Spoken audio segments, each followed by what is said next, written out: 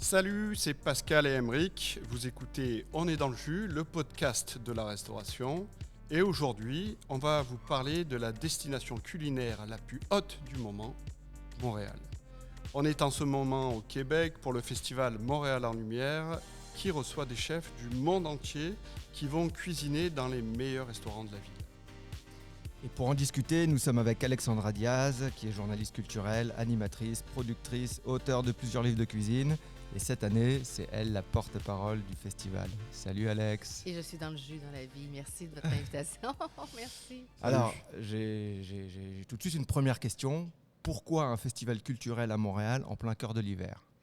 Premièrement, nous les Québécois, on le dit autrement, mais on est extrêmement fiers de nos saisons et on est extrêmement fiers de notre hiver. Le truc, c'est que nous sommes aussi des humains et que l'hiver, c'est long. Alors, on nous entend souvent chialer, comme on dit, donc se plaindre de l'hiver parce que la vie est beaucoup plus facile en été. Mais la vie est si belle en hiver. Et on est je pense maintenant, très assumé dans notre hiver. Avant, on pouvait se comparer aux pays scandinaves, puis on pouvait essayer de copier certains modes de vie. Moi, je me rappelle être allée à Stockholm puis d'avoir mangé sur une peau de mouton Ikea qui se vend aussi ici sur la rue Cavendish, puis d'avoir mangé dehors avec des chauffe-terrasses à moins 30 en janvier parce que je suis chilienne. Mon anniversaire est estival au Chili, mais il est bel et bien nordique au Québec et je suis même allée le célébrer à Stockholm. Et donc, tu sais, des infrastructures qui nous paraissaient peut-être novatrices, puis qui déjà, il y a 25 ans, quand le festival est né, l'étaient, puis là, ben, oubliez ça, 25 ans plus tard, on peut passer des journées entières à l'extérieur avec des petits points d'arrêt, des haltes chauffées, avec de la luminothérapie, avec tout pour nous sortir de la déprime. Mais quand on est bien habillé, on passe le plus bel hiver. Pourquoi as-tu accepté cette invitation à être marraine de Montréal en Lumière?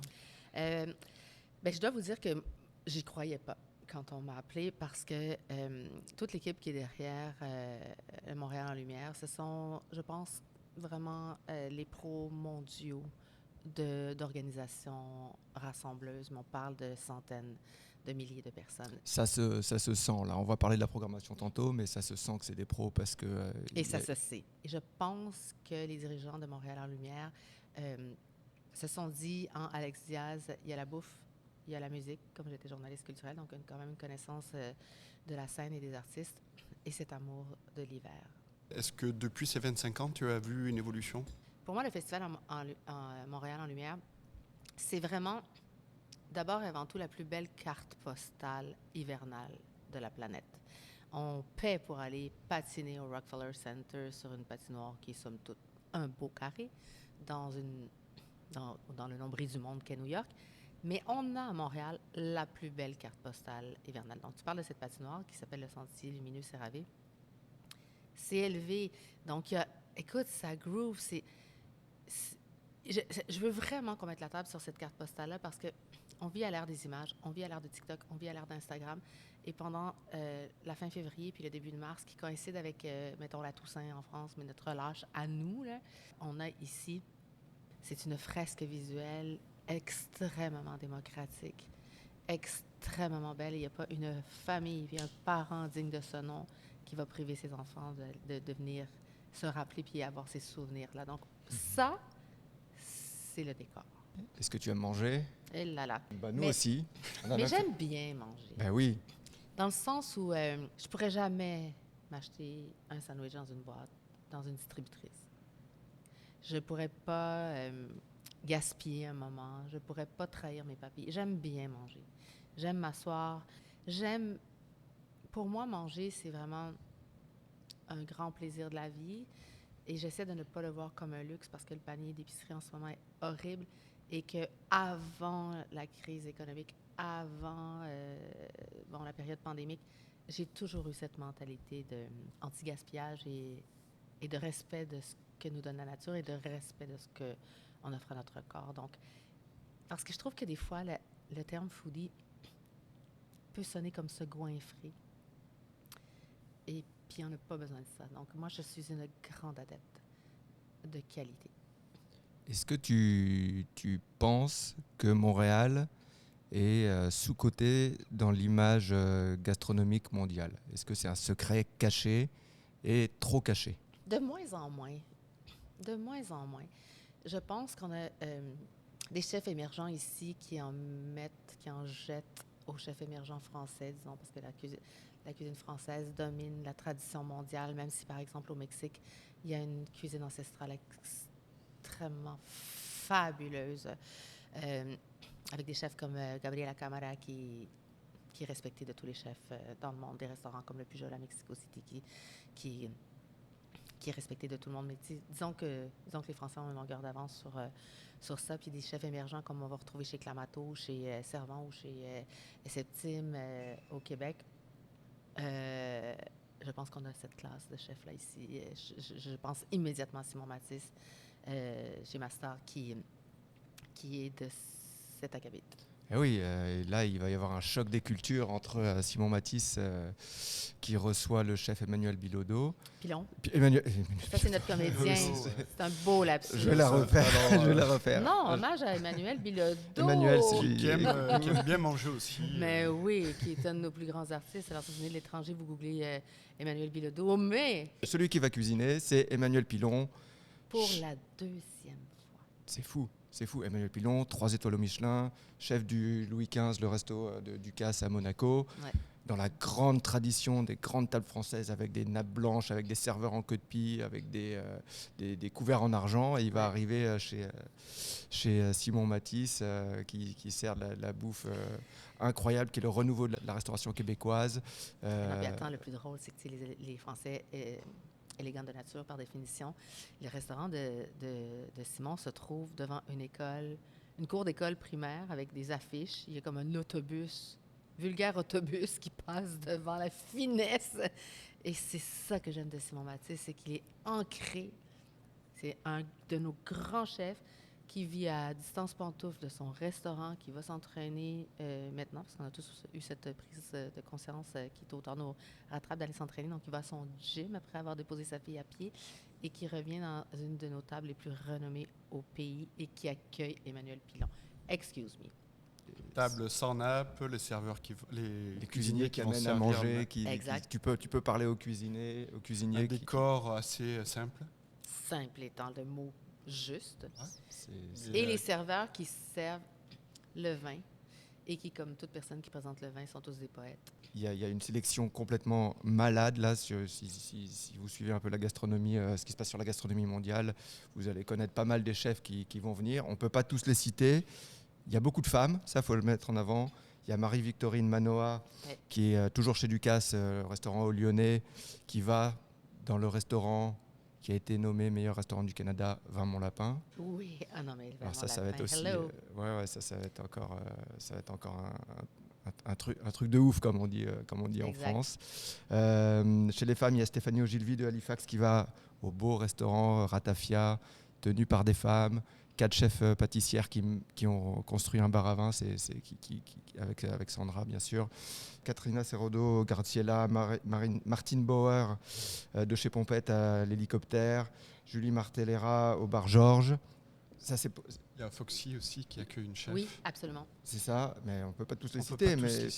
Puis chez les hommes, il y a Giuliano Sperandio du Taïwan qui va chez Marc-André Hogan et Beaufort. Oui. Julien Royer, 3 étoiles Michelin à Singapour au restaurant Odette qui va au Monarque, excusez-moi. Adrien Cachot au Boulevardier. Ça, c'est mon choix. Leonardo Costa au Ferreira. Et puis la tête d'affiche. Glenn Viel qui va à la Maison Boulue. Alors, on connaît un peu le chef de cuisine, Romain Cagna. Romain, il doit commencer à stresser. Là, ça va être un grand moment pour lui. Ça va être un grand moment. Ça va être. Et je ne sais pas où dans le monde on aurait l'audace de faire des jams, de faire se croiser les couteaux de chef entre une sommité et une autre, avec pas de lien dans leur type de cuisine non plus, hein, parce qu'on n'est pas ici dans la connivence. Juste l'amour de la bonne bouffe. Tellement. Ouais. Nulle part ailleurs dans le monde. Non. À ma connaissance, nulle part ailleurs dans le monde.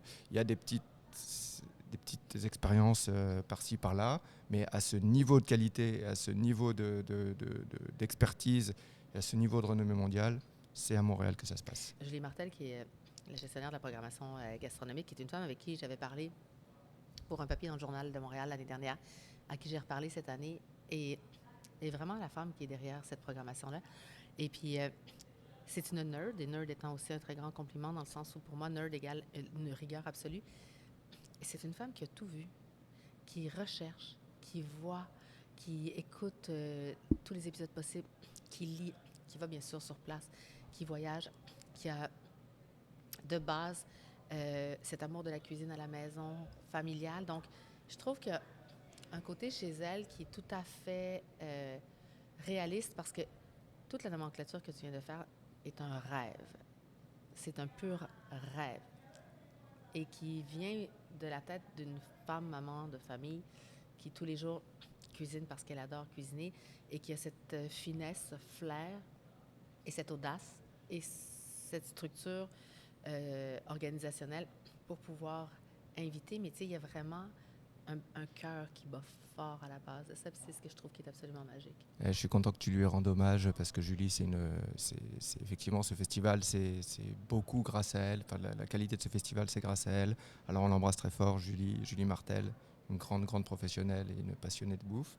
Toi, est-ce qu'il y a un événement dans tout ce qu'il a annoncé, Émeric, où tu as absolument envie d'aller? Ben moi, je veux y amener mes enfants. Et moi, je veux découvrir surtout la programmation du quartier gourmand. Il y a une présentation, par exemple, sur le sel d'Alcyon. Alors, on est ici au Ferreira. Moi, j'achète le sel de Carlos Ferreira depuis toujours. Et j'avais continué de l'acheter, mais j'ai découvert qu'on avait notre première fleur de sel, qu'on ne peut appeler comme ça parce que c'est une appellation contrôlée, un peu comme le vin, mais qui est exactement une fleur de sel, qui est faite aux îles de la Madeleine. Par deux sœurs, en fait, une qui était biochimiste et qui, elle, se lève la nuit pour faire bouillir l'eau des îles de la Madeleine, qui a cette particularité et qui a des cristaux incroyables. Donc, moi, je veux que mes enfants voient ça. Je veux qu'ils découvrent ça. Je veux qu'ils connaissent leur territoire. Je veux qu'ils connaissent le génie. Donc, ça, c'est une conférence avec dégustation après. Il y a un chasseur de truffes italien qui est invité par le chef du caviar avec un K, chef du restaurant central. Oui. Non, mais pardon, les passants, moi, ça m'hallucine. Donc, il invite ce gars-là qui va nous expliquer comment on chasse la truffe. Puis, je veux que mes enfants entendent ces métiers qui sont des métiers de passion, parce que c'est la seule chose que je leur souhaite dans la vie. Je pense que ce festival-là est la définition de la passion, et je pense que ces conférences gratuites-là, pour moi, ce sont celles que je préfère. Donc, vous allez me voir là en patin. Et voilà ce que j'allais dire, pas loin de la patinoire non plus, donc forcément, les deux plaisirs se rejoignent. Tu as sorti un livre il n'y a pas longtemps qui s'appelle « L'amour est dans l'air fryer ». Alors nous, avec Émeric, on n'y connaît rien à air fryer. Comment? Non, pire que ça. Moi, Pascal peut le confirmer. Je suis pas un gars de nouveautés, je suis pas un gars de gadgets. J'aime pas il me faut du temps pour accepter les nouvelles choses. Mais j'aime manger, j'aime faire à manger, et j'ai 2 enfants qui ont 6 ans et 14 ans, qui n'arrêtent pas de manger. Quand on rentre, je vais les chercher, je rentre de l'école, j'ai faim, qu'est-ce qu'on mange? Alors, est-ce que le air fryer peut m'aider? Il faut que tu passes aux choses sérieuses. C'est drôle parce que, tu sais, moi, je travaille avec des chefs. J'ai écrit j'ai écrit le livre du chef Amin Labi, qui est un gars prodigieusement talentueux et charismatique, puis qu'on veut tous qu'il soit notre ami. C'est un merveilleux chef, et lui, quand il rentre dans mon studio, il voit l'air fryer, je le vois dans ses yeux, là, c'est d'une vulgarité. C'est d'une vulgarité. Ah oui? À l'heure où on se parle, je pense qu'on est à un point tournant où il y a eu vraiment des early adopters, là, des gens qui ont vraiment, 2016, 2017, 2018, ils étaient comme très niches. Ensuite, il y a eu comme un mouvement très aile de poulet, patates frites. Mm-hmm. Et là, je pense que depuis 2021, ou comme quelque part vers la fin de la pandémie, il y a eu un éclatement de genre... c'est même pas un intérêt devant l'air fryer, c'est que l'air fryer nous a sauté au visage.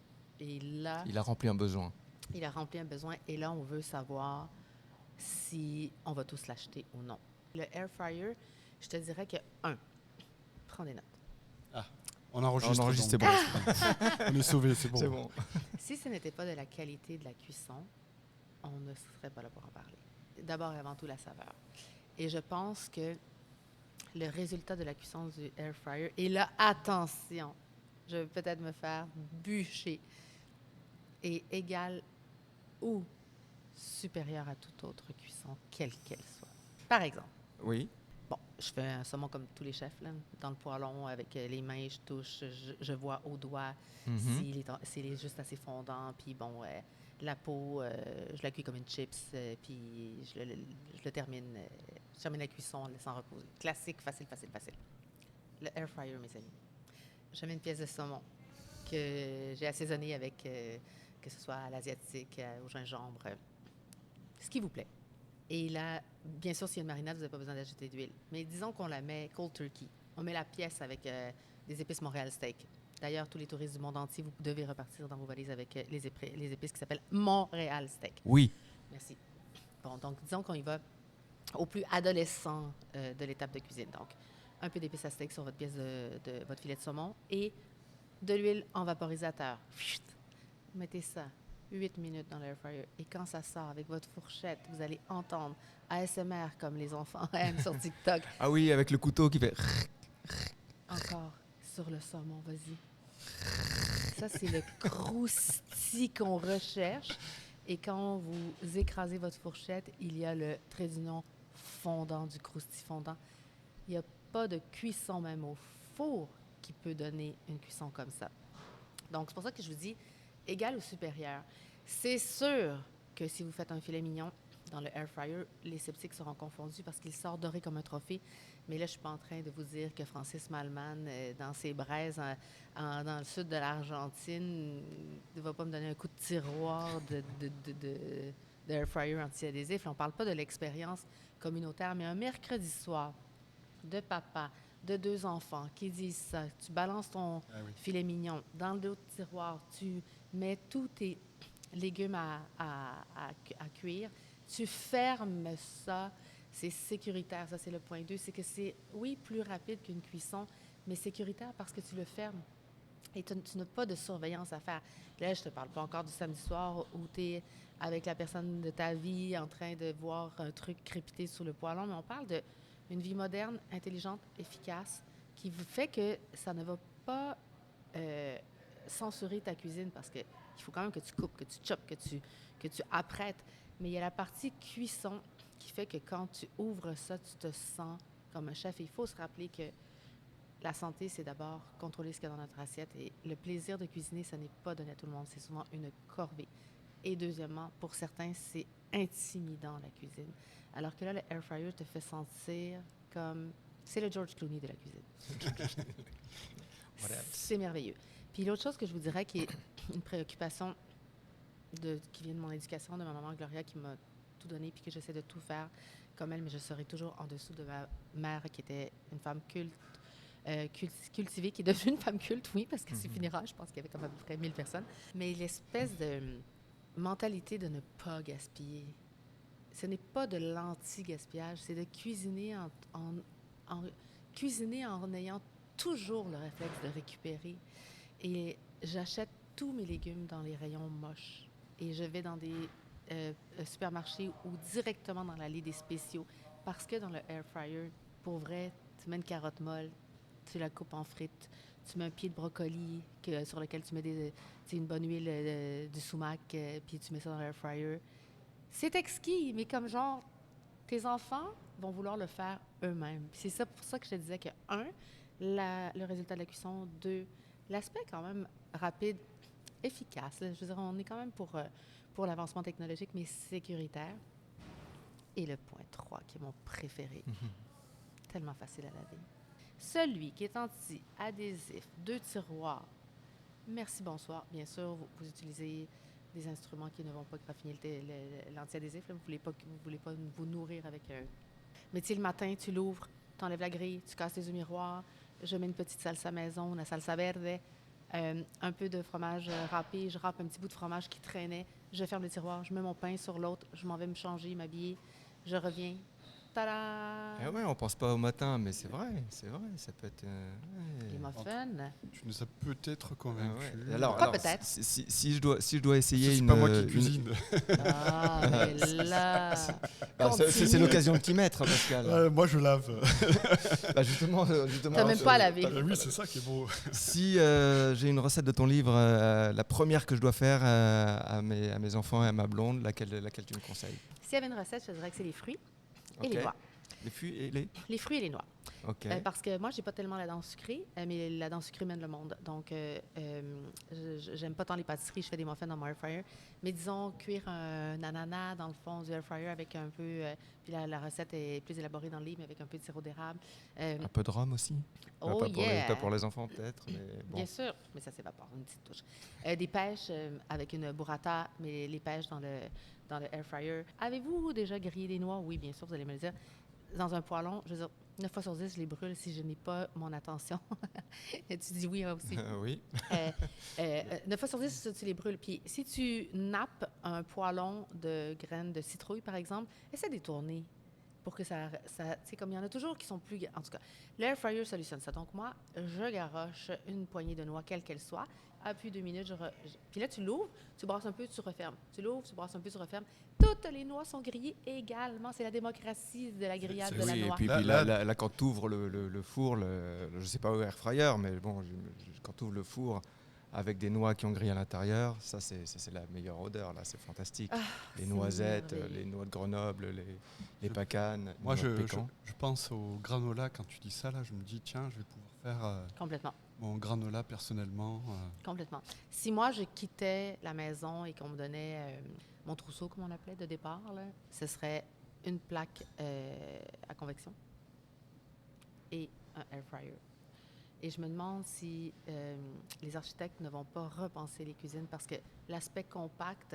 Tu plantes une petite graine, là, j'avoue que le déjeuner, là, je pense que c'est ça qui m'a convaincu. Le petit déjeuner, c'est ça tes qui m'a crêpes, convaincu. tu coules ta petite préparation à crêpes dans le fond. Merci, bonsoir. Pour vrai, je ne dirais pas que l'essayer, c'est l'adopter. C'est juste l'audace de s'ouvrir. Parce que c'est un outil du quotidien. Tu sais, le Thermomix, bien sûr, les étoilés l'utilisent maintenant, mais on n'est pas étoilé, on n'a pas la réalité d'une cuisine. Moi, ce que je trouve, c'est que c'est vraiment l'outil qui est au carrefour de la partie ludique qu'on veut autour de la table. Est-ce que tu penses qu'un jour, on verra des air fryers dans les restaurants? Bien, pas plus tard qu'hier matin. Il y en avait un dans le restaurant à côté de mon studio de télé. Toi, tu as celui qui est sur la photo, la 2 couverture. tiroirs anti-adhésifs. On peut donner la marque ou pas? Oui, oui, c'est Ninja. Alors, Ninja. Vous envoyez le chèque à mon agent. C'est nono-friendly, un air fryer. Est-ce que tu as des recommandations pour ceux qui ne sont pas de Montréal? Le Mélilo. Mélilo, oui. C'est une pâtisserie qui s'est transformée en buvette très rapidement. Beaubien? Sur Laurier Laurier. Ouest, donc à Outremont. Donc, c'est gros comme un garde-robe nord-américain et non européen. Ensuite, je pense que le Café Olympico, qui est entre le Myland et Outremont, et le temple du bon café, taverne à l'italienne. C'est vraiment comme un petit voyage en Italie. Puis c'est vraiment ce qui fait la spécificité de Montréal, c'est que les gens sont tellement près de leur vérité que autant chez Mélilo, vous allez sentir l'ADN des 3 copropriétaires, qu'autant au Café Olympico, vous allez vous faire servir avec un accent italien ou en italien et vous allez boire le café à l'italienne tel quel, dans une ambiance de taverne italienne. N'oubliez pas de prendre un dessert là-bas. Ah, j'en ai jamais pris! Et je terminerai avec le Butter Bloom, qui est un peu plus haut sur Saint-Laurent, qui est un restaurant c'est l'été, 12 mois par année au Butter Bloom. Je ne sais pas comment ils réussissent cet exploit. Et en saison, dans leur petite épicerie adjacente, il y a 2 choses que j'adore plus que tout au monde. C'est leur bouquet de fleurs et la laitue qui vient de la ferme des 4 temps le plus souvent. Il y a des petites choses quand on voyage où on aimerait que les locaux nous le disent. Comme à Paris, quand je suis allée au Septime, mais que personne ne m'avait dit que de l'autre côté de la rue, il y avait Septime la cave, où j'ai bu dans leur cave à vin les meilleurs vins nature et il y avait le barman qui a les meilleures playlists de la Terre. Alors, je me suis abonnée à son Spotify. Et depuis que je suis allée à Septime-la-Cave, qui est gros comme ma main, là, puis tu peux boire dehors à la française, c'est très sympathique, mais les meilleures playlists de la Terre. Donc, je trouve que c'est le genre de souvenir que quand tu viens de l'extérieur, tu veux avoir. Donc, Olympico, Melilo, Butterbloom, c'est sûr qu'après, vous vous pétez les bretelles au retour de chez vous en disant... tu sais, quand les gens te disent « Donne-moi des adresses de tel endroit », donnez-moi-en pas 50. Arrêtez de me niaiser, j'ai pas le temps. Donnez-moi-en 3 pour lesquels je vais dire merci. Je vais juste rajouter le Café Ferreira qui nous reçoit aujourd'hui. Si vous aimez le poisson, si vous aimez être choyé par l'équipe du Ferreira, allez-y, c'est vraiment une destination mythique à Montréal, c'est magnifique. Mais Merci. ici, c'est 10 sur 10. Ben Puis oui. leur petit comptoir d'épicerie en sortant, vous ne pouvez pas partir sans le sel de chez Ferreira, les bulles de chez Ferreira et l'huile de chez L'huile d'olive, mais oui, l'huile d'olive. Je la bois. Mais oui. Merci à vous de nous avoir écoutés. Retrouvez-nous sur YouTube, retrouvez-nous sur Instagram. Si vous avez le goût de nous soutenir, on est sur Patreon. Merci Alex, ça commence là dans quelques jours, on est super excités. Enfin, moi je suis super excité. Ouais. Et puis à bientôt. Ciao. Bye, ciao. bisous, bisous. El amor está en el air fryer.